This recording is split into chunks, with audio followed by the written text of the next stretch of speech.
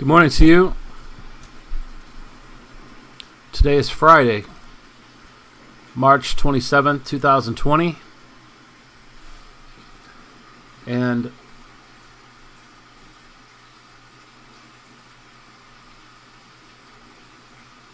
I hope you enjoyed that music.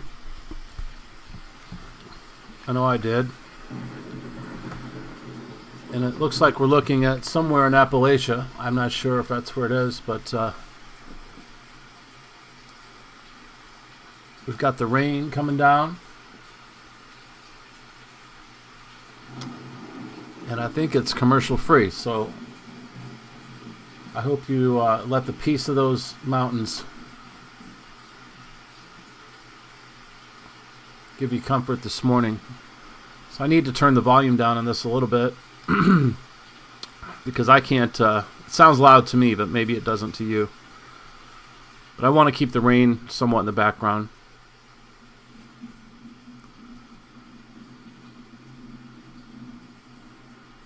It may be barely being picked up by the microphone. I don't know. Thank you for joining me this morning. I've gone through Psalm 91 twice over the past week or two, and gone through it and talked about it. It's what we need to be believing. And we went through what Charles Spurgeon had to say, what he wrote down about it. Went through what Matthew Henry had to say and wrote down about it. I shared some impressions and thoughts and insights that I had about it. And I hope that they plucked the chords of your heart and resonated some things within you that are only for you. And I hope they built up your faith, edified you, were food for your spirit. Excuse me. It was food for your spirit. And on March 23rd, I believe it was, I did the first three verses of Psalm 27. Got to turn this down a little bit more. Okay. This morning we're going to continue on a little bit in Psalm 27. You know, these are perilous times. Perilous times. And that's why I'm doing this, I think, in part. We're going to come out on the other side of this, and I think we could come out on the other side of it having grown a few inches, having the sleep rubbed out of our eyes, as it were, a little bit, as to the times we're living in. The mass deception. Take heed that no man deceive you, the Master said. No man. Why don't you take heed that I don't deceive you? Okay? That's how seriously I take it. And may I also not deceive myself. The heart is deceitful above all things. Who can know it? Heart is wicked above all things. Who can know it? In Proverbs 14 it says, righteousness exalts a nation, but sin is a reproach to any people. You know, this country that we're living in, and you may be watching this, I know I have friends all around the world who are not of the United States, but this nation in the history of time, and in modern times for sure, has been exalted. Called the breadbasket of the world. And not just corn and grain and wheat. The bread of life. For this was a place that the Word of God was allowed to flourish, unmolested, unconstrained by the state, and had been a blessing to the entire world. Now that, right from the get-go, had been subverted.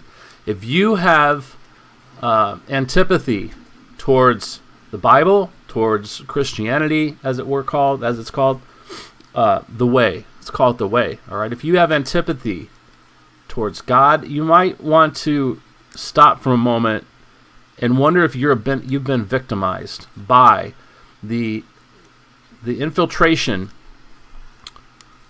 into the Protestant churches from the whore of Babylon, the Jesuit priests who've infiltrated the seminaries, who've perverted the translations, taken verses out of them, taking doctrine and twisting it, making it doctrines of demons, wounding people. That's the fruit of it, is bitter fruit. Wounding people. For example, taking something like wives submit yourselves to your husband, and using that as an occasion to be abusive. And whether people turn their eyes from it, turn a blind eye towards it, as it were, or condone it, or teach it. That's a doctrine of demons.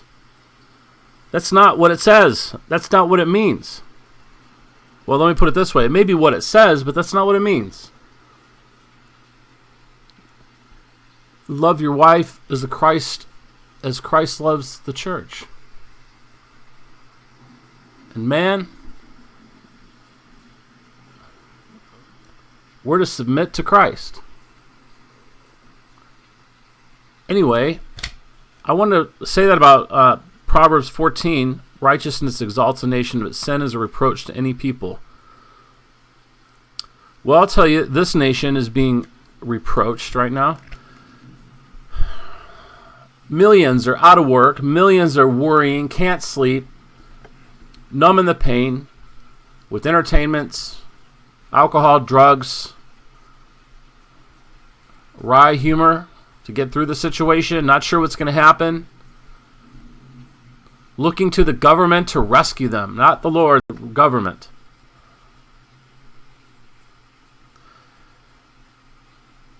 It's a nation under reproach.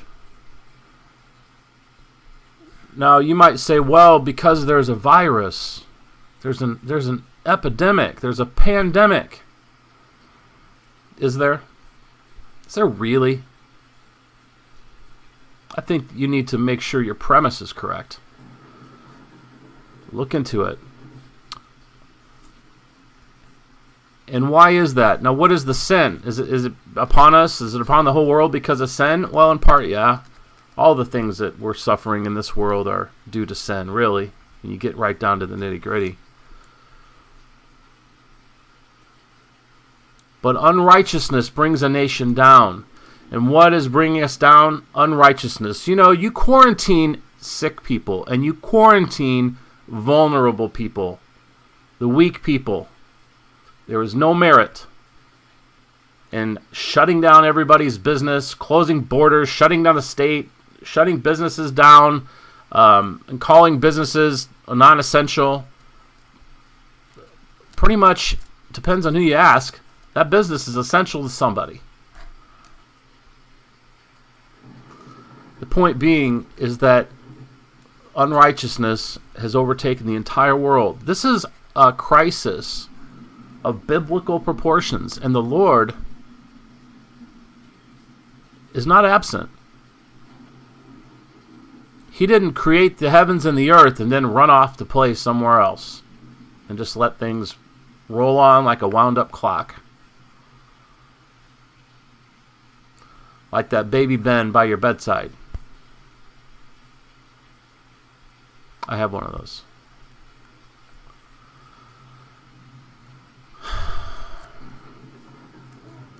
Little Ben clock. No, his eyes go to and fro throughout the whole earth, seeking those who desire him, who are looking for him.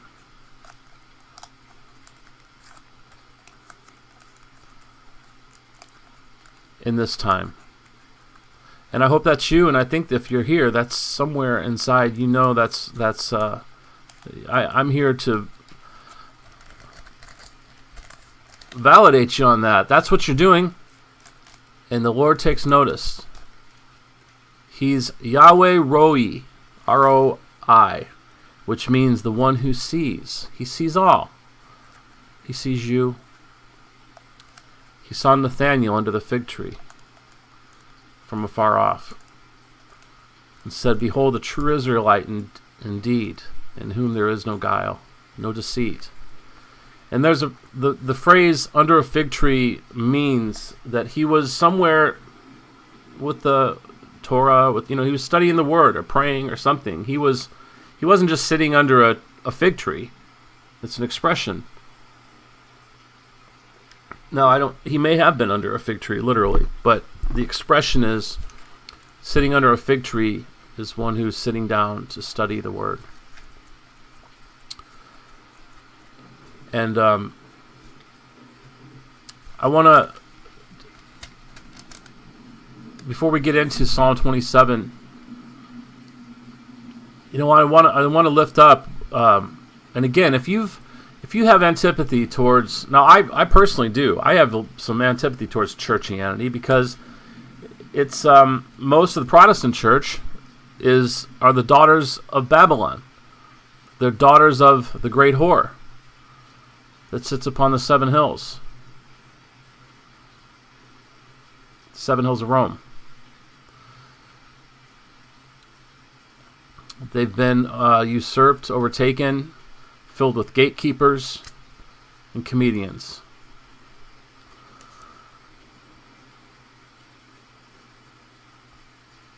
And they've done great despot to the way of life and truth. I've been victimized by it. The whole world has. But we're here to taste and see the Lord is good. He's an ever-present help in times of trouble. We're not here to be religious and stuffy and prudish.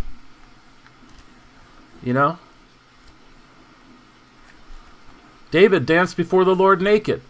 The Lord of all creation invented sex. It's one of the greatest tools that Satan has used through his servants because it's at the core of our being. One of the things he said to the first couple was, "Go forth and multiply." Well, you don't do that by using an abacus or counting on your fingers. You procreate. He's taken it and said, "Oh, the only occasion for sex is to make a baby, and that's it." So I'm only talking about that because for some, they choose sex over God because they think if they chose the Lord or sought righteousness in the way, it means sexlessness. And there's cognitive dissonance and disconnect. And they never come to the Lord. They never approach the Lord because in their mind, they have a false belief that means that they must, that it means divorcing themselves from any pleasure. When there are pleasures at the Lord's right hand forevermore, we don't even know what's yet to come. So it's something to think about, something that you won't hear very often or talked about. Now, for many, it may mean you have to die to that desire. You may have to.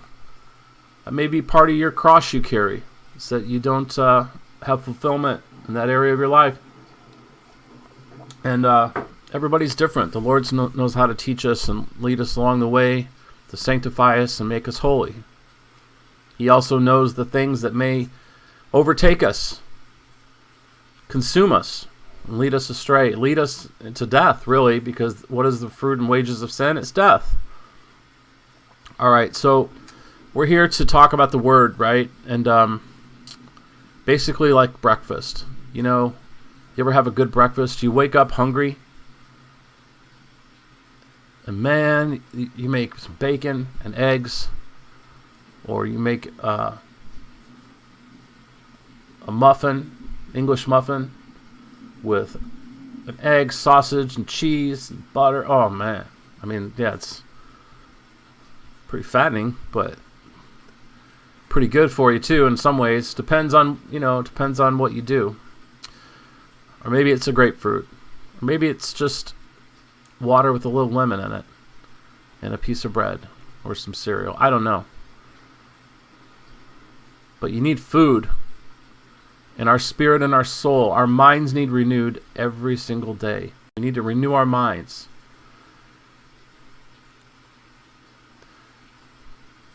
The Bible contains the mind of God, the state of man, the way of salvation, the doom of sinners, and the happiness of believers.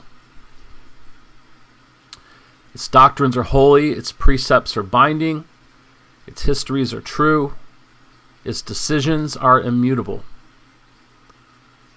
We need to read it to be wise, believe it to be safe, and practice it to be holy. It contains light to direct us, food to support us, and comfort to cheer us. So I'm reading a little thing that's sort of hidden on one little page in one of those tiny little Gideon's Bibles. You know, the New Testaments that you can have occasion to be given or find somewhere sometimes. New Testament, Psalms and Proverbs. Inside is this little passage somebody wrote that's really powerful and wonderful. And I think I may read it every day. I really like to have it memorized. It's the traveler's map, the pilgrim's staff, the pilot's compass, the soldier's sword, and the Christian's charter. Here paradise is restored, heaven opened, and the gates of hell disclosed. Christ is its grand subject, your good its design, and the glory of God its end. It should fill the memory, rule the heart, and guide the feet. Read it slowly, frequently, and prayerfully.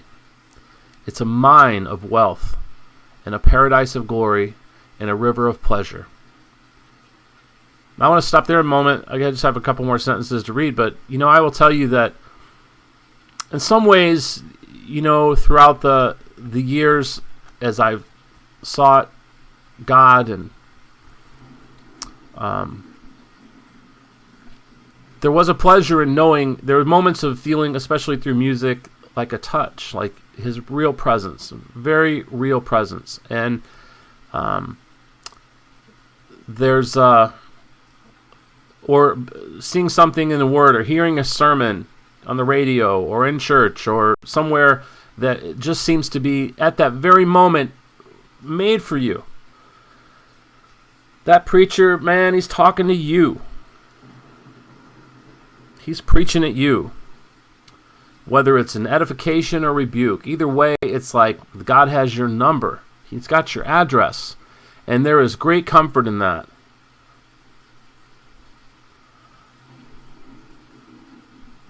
I'll even say, I've wondered sometimes when I've gone astray that I didn't go astray, because I know that when I feel convicted and ask for forgiveness and get that relief, I experience that grace and that lifting of the burden of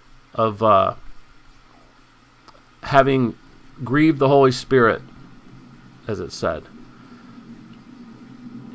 In that moment, there's a great pleasure in knowing that I've been heard. And there's great pleasure in knowing that God is real.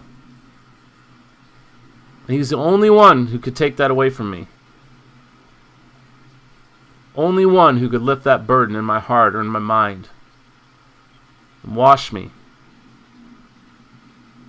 And that's a great pleasure. But as I've gotten, it's only really been in more recent times where and I've even prayed, I've known, it's like, when you get a sense of the passing of time and the age you are and everything, and I'm like, I really want to spend more time. I mean, I've never thoroughly studied out, for example, the book of Isaiah, like really, really studied it out, or just gone through like the books of Kings or Judges and understood the way the Lord dealt with Israel and things like this, and understood it. I mean, I've heard messages on it. I've read commentary here and there. It's referenced in there. I know certain stories. But I mean, really, just like when you may look forward to that weekly TV show. I remember when I was younger, there was, I forgot what it was called, must-see TV. And I think it was like on Thursday nights, and you had Friends, and you had Seinfeld, and all these things, and people would get together, and they look forward to that time. And certainly, I'm sure there's that kind of a situation has never gone away. There's probably not in 1 week since that era that there's not been something, whether it's The Sopranos or Game of Thrones or Breaking Bad. I don't even know. I haven't seen that stuff. I think I've seen a Sopranos episode before, but these kinds of things that really have very little value. Very little value. They're amusements. And worse than that, they're very often poisoning your soul. For example, The Sopranos glorifying, making heroes out of some pretty wicked people. And you witness murders and all these kinds of things that we take as like, oh, well, you just grow up on that. You grow up with guys having fist fights on TV, going in the saloon, getting in shootouts, showdowns, and people dying all the time. It hardens your heart. My point is, though, back to that, is that there's rivers of pleasure in the stories of the Word. Because it's alive, first of all. And the older I've gotten, and the times we're living in, most importantly, the times we're living in, being quickened to them. When you see the leaves starting to turn, the times, it's the fall. Don't you see the leaves starting to turn and wither in this world, knowing that it's soon to fall away? And it quickens you. And I realize, I want to make time like I used to maybe at another point in my life, but for different reasons. That I don't want to spend hours watching videos on YouTube or, and it's just so easy to just, in the name of learning stuff or experiencing new things or seeing stuff. I mean, the whole world is out there. But have I taken care of first things first? Have I taken care of the better things? We can be busy doing things that are even worthwhile, but they're not the better part. You remember when Jesus, not his real name, maybe it is his real name, but that's not what they called him back then. It's not that if you use that name, he doesn't hear you or know your heart. But it just has always bothered me that they supplanted that name. Why didn't they just use his name? Right? Anyway, moving on. He told Martha, Martha, Martha, you're busy with many things. And she was upset with, I think it was one of the Marys that was sitting at his feet and just listening to him. But she was busy in the kitchen or whatever she was doing, being a hostess,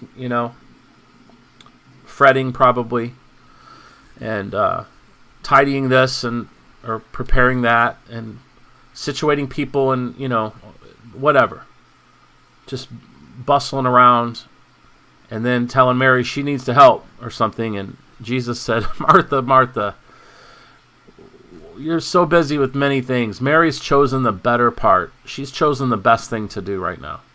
Are we choosing the best thing to do with our time in the evenings? I know I really need to. I need to. A couple years ago, I'd become very aware that I just didn't read like I used to. I didn't read. Life has a way of wearing you out. It has a way of putting easy things in front of you, like TV or whatever. And I don't really watch TV anymore, but you've got the internet now. What's the difference? Well, maybe the rate at which it flickers on the screen. Thankfully, you don't have that same thing going on. Some form of mind control. Putting your brain in a certain state. But now you have instant gratification. You have the world at your fingertips. You can pretty much look up and watch anything your heart desires. Any topic, any subject, any show, you name it. so what is the attraction to books? Well, your brain's a muscle. So anyway, at some point, well, it's not a muscle, but it's like a muscle. So I decided I need to read more. I really want to read more. And the first thing I did is I decided I need to get glasses. And I got glasses. And, that's a side story. That didn't really help at the time. But ultimately, even though I knew I needed, I just, well, let me just put it this way. Even though reading wasn't as comfortable for me, I made myself read. And one of the things that helped me is to find books I really wanted to read. I just released myself worrying about the topic. Doesn't have to be scriptural, it could be, let's say it's fiction. It doesn't matter. I needed to get my mind because if you pick up a book that you're engrossed in, you can hardly put it down. You've heard of it. It's a page turner, You couldn't put it down. You've all heard these phrases. We all have. And hopefully you've experienced it. You've picked up a book, you started reading it, and it just drew you in, and you couldn't wait to get back to it if you had to put it down. Or if you had the time, you read and read until you just couldn't focus anymore. And maybe you finished a book in a day, maybe 2 days, maybe a week at the most. You knocked that thing right out, and it was a pretty big book. Well, there are other books that I want to read, I think I should read. I pick them up, and I struggle. I read a paragraph 4 times, and my mind just keeps going off somewhere else. And it's almost like I'm not supposed to go that way, at least at that time. And the point being is that it became easier and easier for me to read. And I read a lot of books, and I started to take some pleasure in how many books I was reading, And it didn't take as much time as one might think. And depending on your age, you can get these magnifying readers. I only learned about this in the past year. I had an eye exam, and the doctor showed me in the office, like at my age, she said, well, this might make reading easier. There's a long story how we started talking about it or whatever, and she showed me the difference, and it really just, I didn't realize my eyes were working so hard, or that it just gave me a relaxed feeling. So I went and bought a pair of these little magnifying, you can get them at a pharmacy type of store, or Costco or Walmart or something like this. You can get these things that, magnify things 1 times, 1.5 times, 1.25 times, whatever it works for you, And you put them on, and reading just a lot easier. And that helps. But you have to be interested in what you're reading, first of all. And I have for a while now been wanting, even praying, so make me desire, because I know I need to do this. But I never seem to find the time to sit down and like study out a doctrine. Study a doctrine out. Find out, what you believe and why you believe it. Do you believe in baby baptism, for example? Is that the right? There's a lot of discrepancy over that. So study it out. Or just, what about the Nephilim giants, fallen angels, and all this in Genesis chapter 6? Well, start digging in and reading that and studying it. Whatever grabs you, and the word comes alive, because it is alive. It's the living word, right? So, moving on here. It's a mine of wealth, a paradise of glory, and a river of pleasure. And that's what a good book is, When you read a really good book, like I said, page turner, can't put it down. It's a lot more exciting than a movie that lasts 2 hours. Now, movies are great. It's a real amazing thing to have movies. I watch movies that I would be hard pressed to find a person who's seen the esoteric and obscure movies I've seen from all over the world. I watch foreign films with the subtitles. I got to be in the mood for it, though, right? But I've seen movies that you aren't going to see in the theaters or on TV. They're not making a ton of money.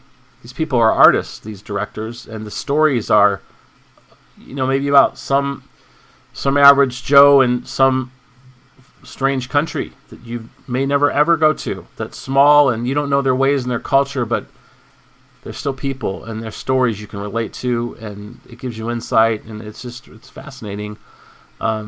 So movies are great, but a book and your imagination, I would say, are far greater. If I had to choose to be on an island with a bunch of DVDs and a DVD player and the power to make it work, I'd rather have books. I'd rather have books.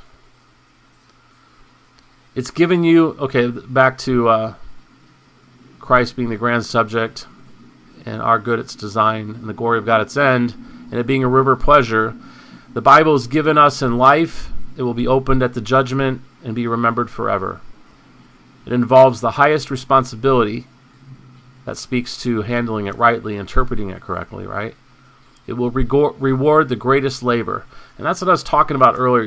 If I was to really immerse myself in some of these, I'll give you for instance, I had an occasion, it's been a long time ago now, over 10 years probably. Something was going on in this class I was going to on Sundays, and everyone, I don't know, I was elected to lead the class one day, or maybe a couple days. I don't remember if I did it more than one, but I studied out Obadiah. It's like one page in the Old Testament in the Bible, and it just was unbelievable to me how much was in that tiny little book. They call them the minor prophets, right? Like they're not that important. This was a pretty important book and pretty insightful in so many ways. It involves the highest responsibility, will reward the greatest labor, and will condemn all who trifle with its sacred contents. Yeah, those people who lift out verses, who reimagine what things are saying without interpreting it through Scripture. Scripture is interpreted by Scripture. It's something I've learned over the years that can keep people from wrecking their lives, even though they think they're doing well in being, they're people of the book. Well, are they? Or are they letting some man or some Jesuit-trained person interpret it for them, and they're skewing it?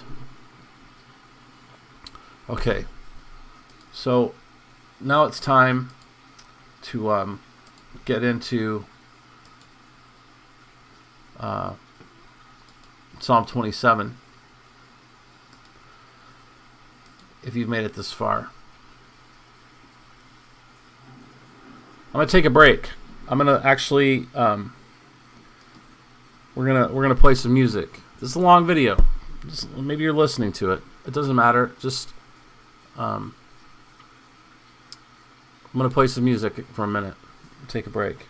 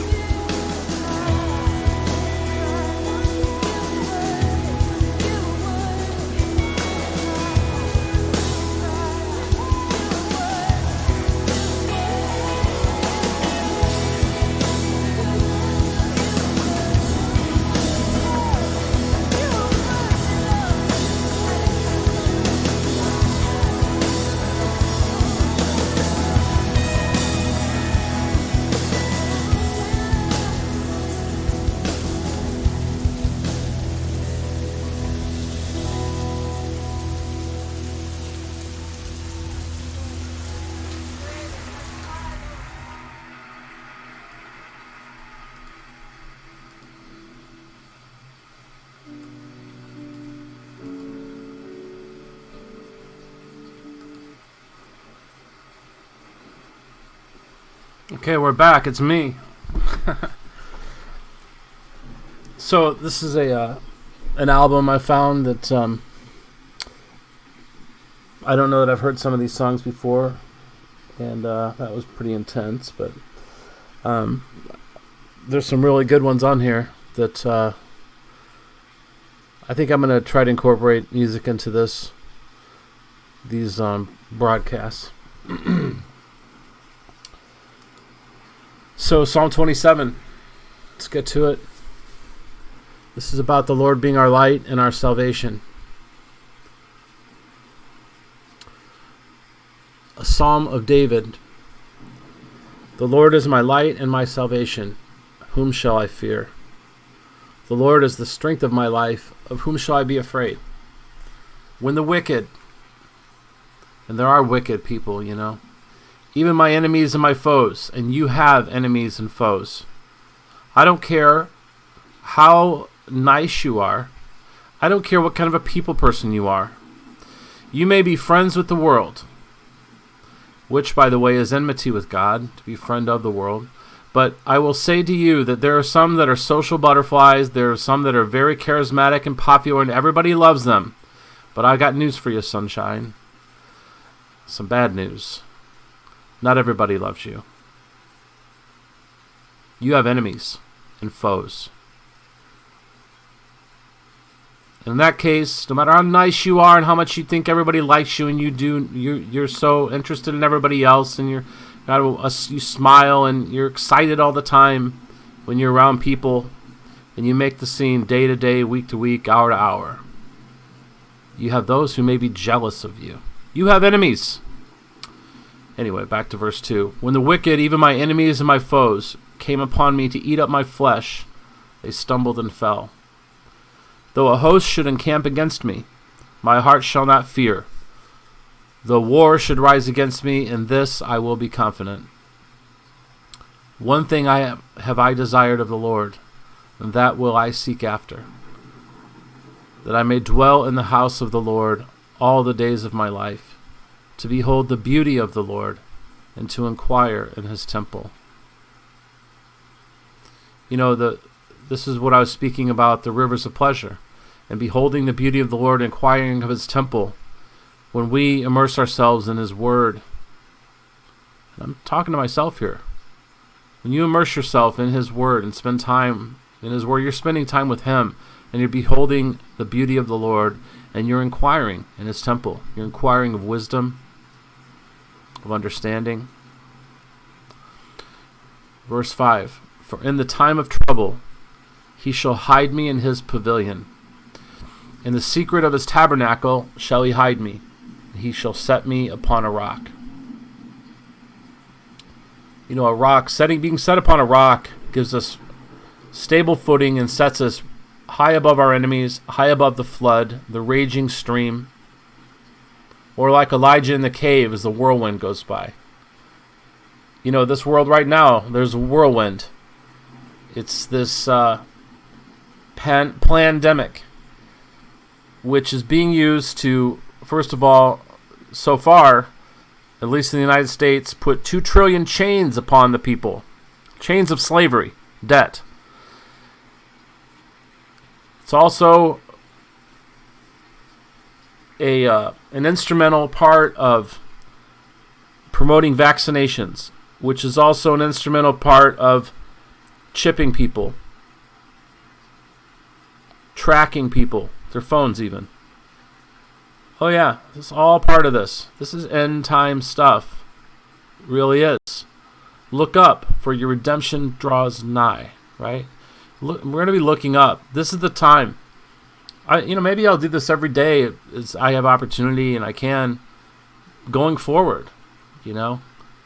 I mean, I do this, I've just had a feeling to do it, but if not a single soul watches one of these, it's edifying to me, you know.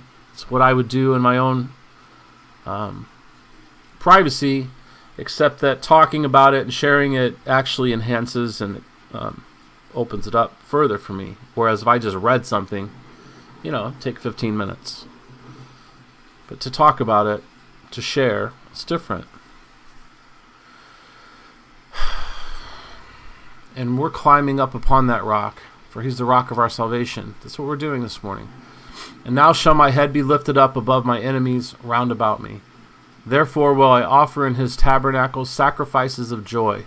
I will sing, yes, I will sing praises unto the Lord. Hear, O Lord, when I cry with my voice. Have mercy also upon me and answer me. When you said, seek my face, my heart said unto you, your face, Lord, will I seek. Hide not your face far from me, and put not your servant away in anger. You know, even if we call ourselves his servant, we know we can make him angry. Because it would be a righteous anger. He created us, he gives us everything, he died for us, yet we forsake him. Continually. We forget him, we neglect him in prayer, we neglect him in the word, we neglect to obey the word we know. We let our emotions and our flesh and distractions, just like a little puppy will just run off, untrained. We're like that. Thou hast been my help. Leave me not, neither forsake me, O God of my salvation. And I will say he has promised us he will never leave you or forsake you. When my father and mother forsake me, then the Lord will take me up. There are fathers and mothers who forsake their children. And I don't mean just give them up for adoption. There are those who, it's true. They don't give a rip about their children. Or they put them so far down the rung of importance. Maybe they have them all wrapped up tight in a very privileged house, neighborhood, activities, school, all these things, and the couple stayed together, but it's all a showpiece. And what that little girl or that little boy need from their parents, but they don't get, is time. Real time. Real attention and real love, real care for them. Yeah, that child's been forsaken. He may have every toy his heart could wish. He may have every activity, and he may get into the finest schools, all right? But his father and mother forsook him. They never gave their love to him truly. They've only just given him things and gifts, but never themselves. But the Lord truly gave himself for us. Himself, his very life, right? His son. He gave his son for us. Psalm 27:11. Teach me thy way, O Lord, and lead me in a plain path because of my enemies. Yeah, we need a clear path. Deliver me not over into the will of my enemies, for false witnesses are risen up against me, and such as breathe out cruelty. That's going on right now. A lot of the lies going on with this pandemic, those are false witnesses risen up against you. When they won't name any of the people who have died, or they obscure the fact that all of them were either on the edge already, a cold might have put them over the edge. That's false witnesses. The enemy digs a ditch for you, but he himself will fall into it. You need to believe it. I believe it. These people who have put this, first of all, possibly and likely bioengineered this virus, or this whatever it is, who have created a narrative, created a propaganda campaign of panic, of being overrun, of being decimated. If you don't wear masks, if you don't stay away from people, if you go to work, if you go to houses of worship, if you go out in the streets, if you gather to protest, if you go to your book club, you're going to die. They are shouting that from the rooftops. Turn on the radio. You'll find it. Turn on National Pandemic Radio. You'll hear it. Turn on Fox News. You'll hear it. Turn on CNN. You'll hear it. Turn on your local radio station or your local television station. You're going to hear all about it. Turn on your television or go to YouTube, and you'll see every celebrity under the sun podcasting or broadcasting from home, and they're singing the same song. They're singing out of the same hymn book about this quote-unquote virus. and it's relative to even the regular flu, it's nothing. Oh, but it spreads. It's so much more contagious and so much more deadly. Is it? Okay. I've found otherwise. I've seen much evidence to the contrary, even to the point the guy who made the projections that they base policy off of has drastically backpedaled and recounted his projections. Well, too late, bud. You got the whole world brought to its knees.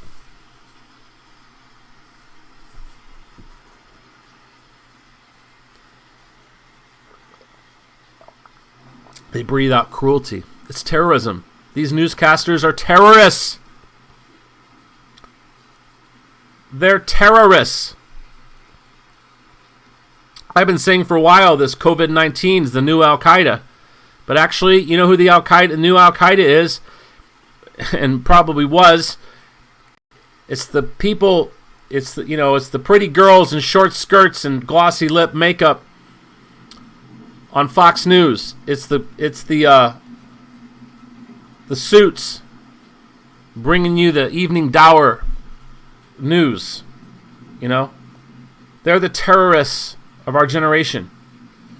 Make no mistake, they're terrorizing people. I saw a girl in some group talking about, and she's I think I'm probably on Central Time. She was in Texas. She can't sleep. She's terrified for her and her children. Now, I encouraged her to look into this and, seek it out. Look up some opposing views. Those people believe it's a psyop. At least it'll start to turn some lights on for her and it'll temper the insanity. She's being driven up a wall by the imminent threat of death for no good reason. Psalm 27:13. I had fainted unless I had believed to see the goodness of the Lord in the land of the living. There's a lot of people who are fainting right now. They're falling. They're fainting because they don't believe in the goodness of the Lord that they're going to be delivered through this. Hell, I know people that are longtime quote-unquote churchgoers and ought to be strong in the faith, and they're chickens. They're little chickens. I've never seen a more pussified nation. Unbelievable. How did I make it? How did I get so strong in the faith? Well, maybe it's just the plain old gift of God. I don't know. But as I said in another video, I guess I was made for this time. There's many times I felt I'm not made for these times, but now that the whole world is running around with the chickens with their head cut off, afraid to freaking touch a door handle, afraid to, if somebody sneezes, they're going to call the cops on them. It's just insanity. In fact, I coined a term. It's sort of a synthesis. You've heard it before in a sense, but I got you a new one. And words are powerful. Words are power. Because that's what the enemy uses. They use social distancing. This is a contrivance, man. This is mind control.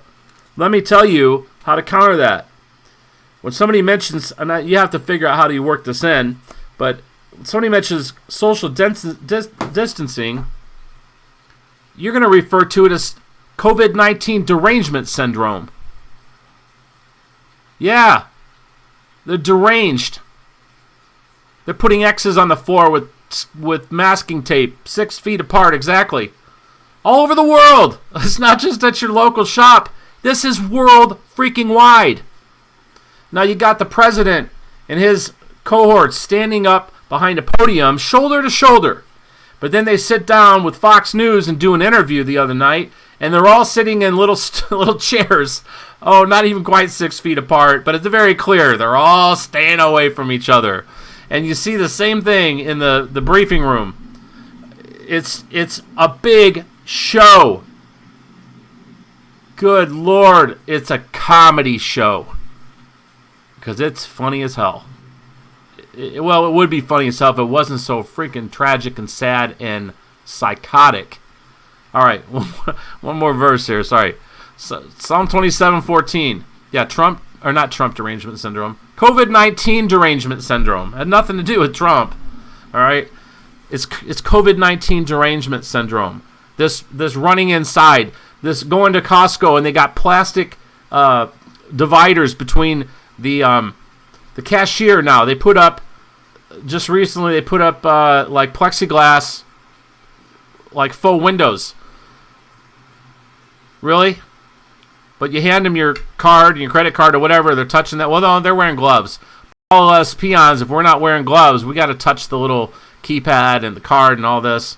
You know, there's a lot of hypocrisy, a lot of cognitive dissonance and inconsistencies in this whole thing. I just have to laugh. And there's a lot of evidence. Well, let me put it this way. There's no evidence there's a virus. What is a virus? There's no evidence for viruses. Viri. All right, last verse. Sorry. Wait on the Lord. Be of good courage, and he will strengthen your heart. Wait, I say, on the Lord. All right. So, Psalm 27, 4 through 6. Now I'm going to read from Treasury of David. And back in verse 4, it says, One thing have I desired of the Lord, that will I seek after, that I may dwell in the house of the Lord all the days of my life, and behold the beauty of the Lord, and to inquire in his temple. One thing. Divided aims tend to distraction, weakness, and disappointment. The man of one book is eminent. The man of one pursuit is successful. Let all our affection be bound up in one affection, and that affection set upon heavenly things. Yeah, that's kind of what I was talking about. I've had so many distractions in my life, many interests. But, I've also kind of reached an age where I'm thinking, I don't need to be successful at this, that, or the other thing. And even as a hobby, how much time do I need to spend on something? I can't know everything, I can't do everything, and I can't be everything. But what is most useful in my life, and where am I headed ultimately? And am I ready to get there? And will I even make it 20 more years? Anything can happen. And I need to change some things in my life, or I won't, possibly. They closed down the gym I was using. That's not helping. All right. Quote unquote, one thing have I desired. What we cannot at once attain, it is well to desire. God judges us very much by the desire of our hearts. Oh, thank you for that, Lord. The spirit is willing, but the flesh is weak, yeah? He who rides a lame horse is not blamed by his master for want of speed, if he makes all the haste he can. Oh man, do I have a lame horse? That's my excuse. I have a lame horse. Lame in my mind, lame in my heart, lame in my body.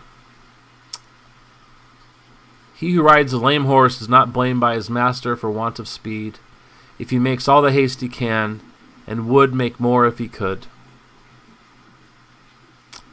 Thanks for coming out, folks. That's all. I'm going to stop right there. That's good. God takes the will for the deed with his children. Isn't this great writing? Charles Spurgeon. Shakespeare's got nothing on you. I like that phrase. Shakespeare's got nothing on you, Charles Spurgeon. God takes the will for the deed with his children. Okay, now he's breaking up this first verse, right? Even the first part of it. One thing, and then we talked about that. Have I desired? We just talked about that. Of the Lord. This is the right target for desires. This is the well into which to dip our buckets. This is the door to knock at. The bank to draw upon. Desire of men, and lie on the dunghill with Lazarus. Desire of the Lord, and be carried of angels into Abraham's bosom. Our desires of the Lord should be sanctified, humble, constant, submissive, fervent, and it is well if, as with the psalmist, They are all molten into one mass. Under David's painful circumstances, do you have painful circumstances, my friend? Under David's painful circumstances, we might have expected him to desire repose, safety, and 1,000 other good things. But no, he has set his heart on the pearl and leaves the rest. Quote, that will I seek after, unquote. Holy desires must lead to resolute action. The old proverb says, wishers and wooders are never good housekeepers, and wishing never fills a sack. Desires are seeds which must be sown in the good soil of activity, for they will yield no harvest. We shall find our desires to be like clouds without rain, unless followed up by practical endeavors. Okay, moving on to the next part of the verse. That I may dwell in the house of the Lord all the days of my life. For the sake of communion with the king, David longed to dwell always in the palace. So far from being wearied with the services of the tabernacle, he longed to be constantly engaged to them as his lifelong pleasure. Okay, that sentence was a mouthful. I'm not sure I really followed all of that myself. He desired above all things to be one of the household of God, a homeborn child, living at home with his father. This is our dearest wish. Only we extend it to those days of our immortal life which have not yet dawned. We pine for our Father's house above, the home of our souls. If we may but dwell there forever, we care but little for the goods of our We care but little for the goods or ills of this poor life. Jerusalem the golden is the one and only goal of our heart's longings. Okay, from the verse, quote, to behold the beauty of the Lord, unquote. Excuse me, I need a sip of water. An exercise both for earthly and heavenly worshipers. That is beholding the beauty of the Lord. And what he means by that, here on earth, we desire to behold the beauty of the Lord, and so do the heavenly worshipers and the angels, right? We must not enter the assemblies of the saints in order to see and to be seen, or merely to hear the minister. We must repair to the gatherings of the righteous, intent upon the gracious object of learning more of the loving Father, more of the glorified Jesus, more of the mysterious Spirit, in order that we may the more lovingly admire and the more reverently adore our glorious God. What a word is that, quote, the beauty of the Lord. Think of it, dear reader. Better far, behold it by faith. What a sight will that be when every faithful follower of Jesus shall behold the King in his beauty. Oh, for that infinitely blessed vision.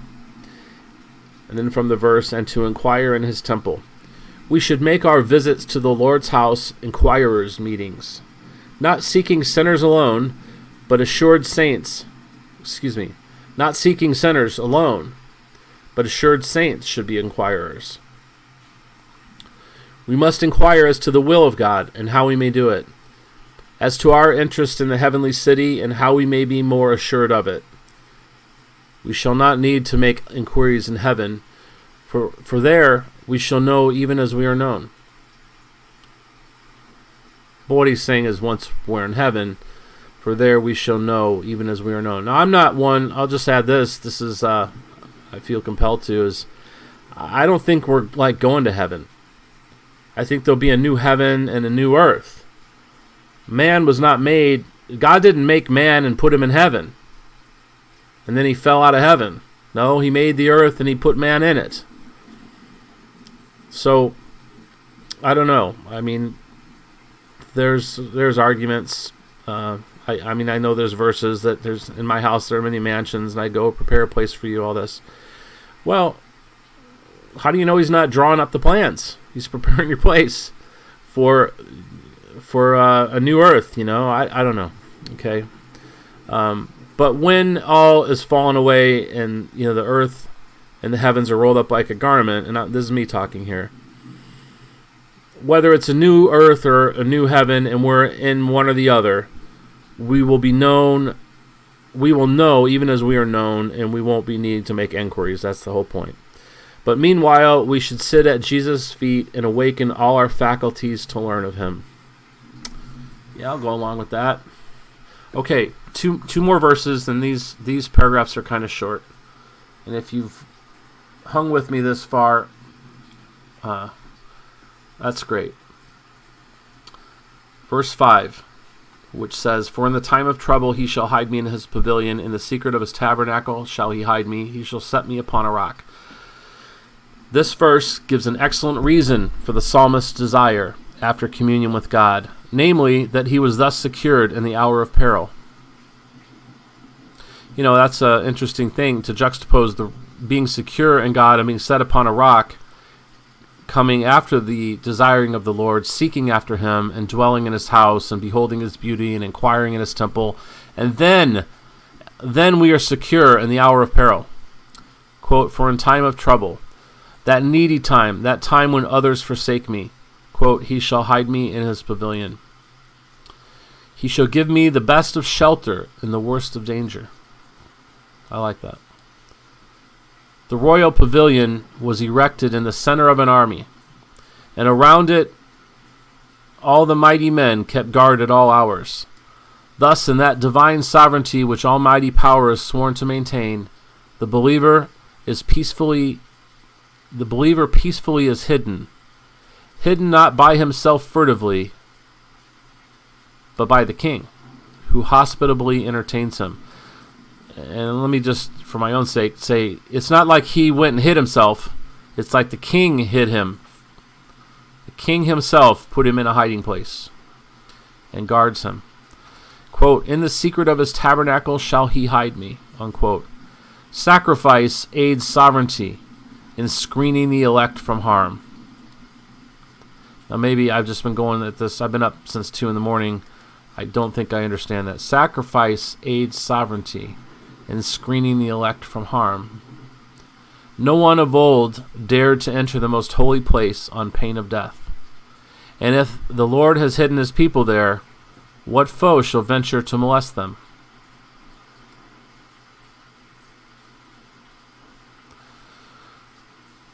Okay, yeah, well, this is talking about the tabernacle had 3 courts: the outer court, the inner court, and then the holy place, and then the Holy of Holies. I guess four areas. But either way, you couldn't go into the most holy place, and if you're on, you'd have to be. They tie a string around your toe and they drag you out if you were struck dead. So we are in the holy place with the Lord, which we have access to through Christ. What enemy would dare go in, knowing that is where the Lord may strike down even a priest? Quote, "He shall set me upon a rock," unquote. Immutably, eternity, and infinite power here come to the aid of sovereignty and sacrifice. How blessed is the standing of the man whom God himself sets on high above his foes, upon an impregnable rock which can never be stormed. Well may we desire to dwell with the Lord, who so effectually protects his people. All right, last verse, Psalm 27:6. Now, obviously, there's more verses in this psalm, but this is all I'm doing for today. Quote, "And now shall mine head be lifted up above my enemies around about me," unquote. And we already established, my friend, that you have enemies. I don't care, as I said, if you're a social butterfly and everybody seems to love you. You have enemies. You have spiritual enemies. And you can be pretty darn sure that there's somebody that's at least jealous of you who is your enemy, who will talk about you, who will rejoice when you fall, or have a problem, or suffer, or make a mistake, or whatever, right? It's the world we're living in. He is quite sure of it. Godly men of old prayed in faith, nothing wavering, and spoke of the answer to their prayers as a certainty. I'm doing that, man. I was on an appointment yesterday, and they had removed different things from that office that you check in with, and they changed the way that you, I don't know, they gave me a pen. They're wearing gloves. I don't know. They're kowtowing to the COVID-19 derangement syndrome. Okay, they got it. Or at least the people working there have to follow the derangement syndrome protocols. And they said something for my own safety, and I said, I'm not worried. I'm not going to get sick. And I remember saying it with such conviction, but as it just like fell out of my mouth. And I've said it before, but it just, in the face of that, I said it with such conviction, I almost felt bad about it. I really did. I almost felt like, I'm saying I'm better than people who do get sick. Like, it's not going to affect me because I'm better than you. No, that's not at all what I meant. And maybe that was the enemy attacking me for saying that. But, like, I said it with such conviction that it was a bit shocking to myself. I really believe it, though. I'm not going to get this thing. I'm not going to die from it, even if I am assailed by it. And you might say, well, you don't have underlying conditions, you're not a certain age, whatever. Well, you know what? You don't know me. You don't know what I might be having. And if you did know me better, you might marvel at the fact I have such conviction about it. But you know why I have conviction about it? Because I've been spending time in Psalm 91. I've been believing about it, and I've been studying mind control and realized what a psyop is going on and how crazy it is, to the point that I'm the first one that I know of that's come up with COVID-19 derangement syndrome, because it's insanity. And I recognize it as much as I'm going to see the sun come up in a few minutes. I'll know it's there. The sun is up. It's not 10 o'clock at night. It's morning. I can see it with my eyes. And I can see this insanity with my eyes. I can see that it is insanity with my eyes. And I will not get sick from it. So keep your rubber gloves. Keep your 95 whatever masks. Keep your social distance from me, and keep your derangement. Keep it to yourself. And let me go about my business. And leave me the hell alone with your craziness. And keep your Bill Gates, you can keep your goddamn chipping, and you can keep your goddamn vaccines, you eugenicist bastard. And if you don't repent, you're dead forever. And you may be the richest man in the world, and you've lost eternity. You son of a bitch, sick Satanist bastard. There you go. How about that? You like that? I got more where that come from. All right, anyway, back to this. David was by faith so sure of a glorious victory over... I'm sorry. Got going there for a minute. David was by faith so sure of a glorious victory over all those who beset him, that he arranged in his own heart what he would do when his foes lay all prostrate before him. That arrangement was such as gratitude suggested. I don't think I understand that. That arrangement was such as gratitude suggested. Okay, I'll just have to put that on a shelf for a minute because I don't understand that. Quote, therefore will I offer in his tabernacle sacrifices of joy, unquote. That place for which he longed in his conflict should see his thankful joy in his triumphant return. I may have to start over. I think my little rant got us all off track here. We're still reeling from my bad language and all this stuff. Well, there's an appropriate place for some of this stuff. Let me tell you one more thing about, for example, Bill Gates. I see people talking about locating him. Where is he right now? And what they're talking about and referring to is the Boogaloo, I guess. But they're talking about taking these people out. Yeah. Taking these people out. They're talking about it. Maybe in jest, maybe keyboard warriors, but I'll tell you what, this man is not loved. Why? What kind of seeds has he sown? He's shown he doesn't love the world. He acts like he loves the world. No. He is one of the elite people, and his father, I believe, was president of Planned Parenthood. Now, if you're here listening to this, you probably know something about those kind of things, and think about that. A lot of dynasties in this world, a lot of dynastic situations, bloodlines, dynasties of power. You think he just made a computer in his garage and shot to become the, invented Windows, and now he's king of the world? Same with that guy who ripped off Facebook idea. Now he's king of the world and some genius? No. All this stuff happens not usually organically, conspiratorially.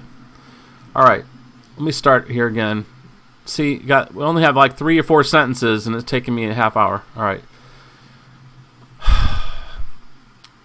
And now shall my head be lifted up above my enemies round about me. He is quite sure of it. Godly men of old prayed in faith, nothing wavering, and spoke of the answer to their prayers as a certainty. David was by faith so sure of a glorious victory over all those who beset him, that he arranged in his own heart what he would do when his foes lay all prostrate before him. That arrangement was such as gratitude suggested. Quote, therefore will I offer in his tabernacles sacrifices of joy. That place for which he longed in his conflict should see his thankful joy in his triumphant return. Okay, now I'm understanding it. He's so sure, he's already talking about offering sacrifices of joy in the tabernacle as if it's already done. He's going to be coming back and having a party because his enemies will be laying on their faces before him.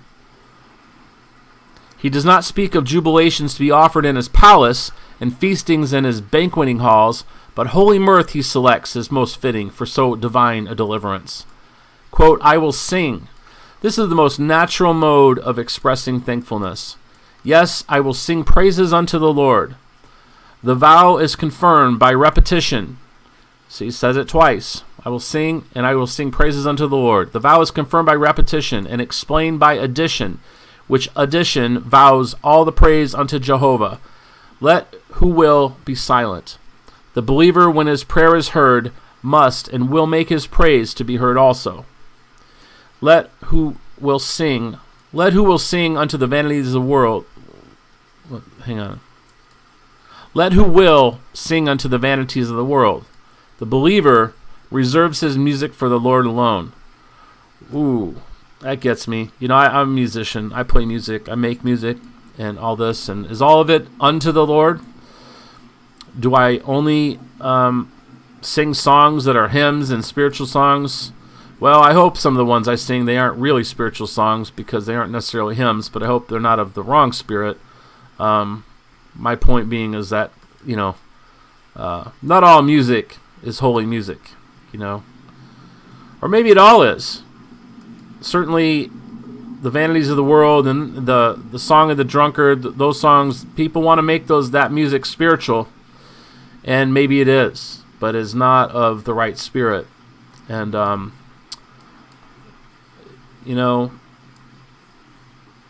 that's something else to think about. But there you go. Make a great day. Thanks for coming by. Hope you, again, you can get eSword for your computer.